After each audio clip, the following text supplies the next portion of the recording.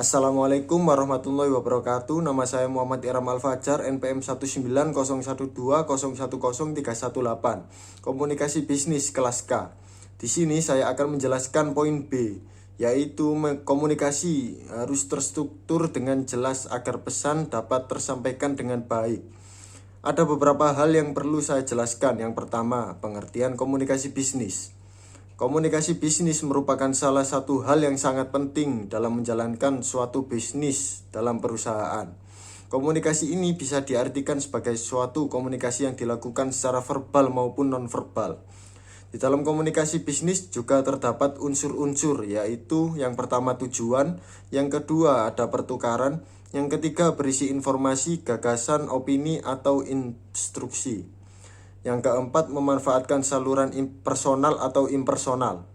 Yang kelima, memakai simbol atau sinyal. Yang terakhir, pencapaian target atau tujuan organisasi.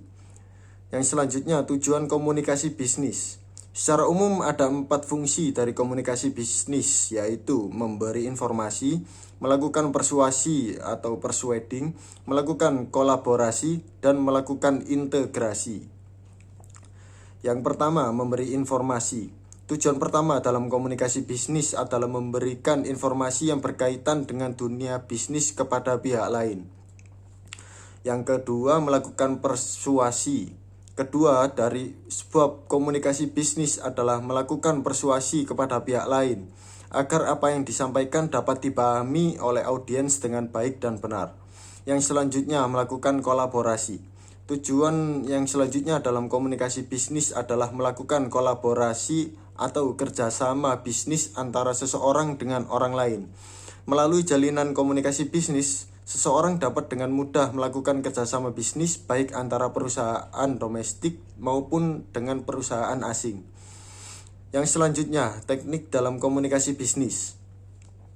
Dalam komunikasi bisnis terdapat 3 teknik utama dalam komunikasi bisnis. Perpaduan dari ketiga teknik tersebut akan membuat setiap orang dapat menangkap dan memahami pesan yang kamu sampaikan dengan jelas. Berikut ini 3 tipe teknik komunikasi. Yang pertama, teknik komunikasi verbal. Teknik ini dilakukan untuk mendiskusikan sebuah gagasan atau ide, mengekspresikan opini, menjawab pesanan dan pendengar yang baik. Komunikasi verbal yang efektif yaitu tentang pesan yang disampaikan dapat diterima dan berani untuk mendapat sanggahan atau tanggapan terhadap pesan yang telah disampaikan. Yang selanjutnya, teknik komunikasi nonverbal. Menurut data laporan psikologi komunikasi bahwa lebih dari 90% pesan yang disampaikan melalui komunikasi nonverbal, yaitu 55% bahasa tubuh, 38% nada bicara, dan 7% adalah kata yang disampaikan. Data ini menunjukkan bahwa bahasa tubuh adalah hal penting ketika berinteraksi dengan rekan bisnis. Yang selanjutnya, komunikasi tertulis. Email adalah salah satu contoh komunikasi tertulis paling mudah ditemui dalam komunikasi tertulis. Kebanyakan perusahaan menggunakan email atau media pesan elektronik lainnya untuk berkomunikasi dengan timnya. Meskipun email tampil lebih santai daripada surat biasa, email masih memiliki bobot yang sama tergantung bagaimana kamu menyampaikannya dan perusahaanmu rasakan. Untuk yang terakhir, jenis komunikasi bisnis. Dalam komunikasi bisnis juga terdapat jenis-jenis komunikasi. Untuk memperlancar komunikasi dalam suatu bisnis, maka karyawan maupun staf lainnya harus memahami setiap jenis komunikasi ini. Yang pertama, komunikasi internal. Komunikasi internal ini merupakan salah satu komunikasi bisnis yang bersifat internal.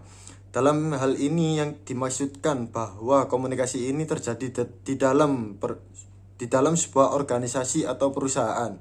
Jadi, yang terlibat dari komunikasi ini hanyalah anggota dari organisasi atau perusahaan tersebut. Yang selanjutnya, komunikasi vertikal. Di dalam komunikasi vertikal ini biasanya dilakukan antar tingkatan. Jadi, jika dalam perusahaan terdapat tingkatan jabatan atau posisi, komunikasi vertikal ini harusnya terjadi timbal balik dari komunikasi yang telah dilakukan. Yang selanjutnya, komunikasi dari atasan pada bawahan. Jenis komunikasi ini juga termasuk komunikasi internal, akan tetapi juga memperhatikan tingkatan atau jabatan pada sebuah organisasi tersebut. Yang selanjutnya komunikasi dari bawahan ke atasan. Jenis komunikasi bisnis ini bisa dianggap tidak sepenting komunikasi atasan pada bawahan. Komunikasi ini merupakan kebalikan dari komunikasi dari atas ke bawah. Dalam komunikasi ini contohnya memberikan laporan rutin dari karyawan kepada atasan atau pimpinannya. Yang terakhir komunikasi horizontal. Komunikasi horizontal ini dilakukan pada tingkatan atau jabatan yang sama. Komunikasi ini biasanya bersifat lebih santai atau non-formal. Komunikasi ini tidak perlu memperhatikan kaidah dan biasa dilakukan dalam bahasa sehari-hari.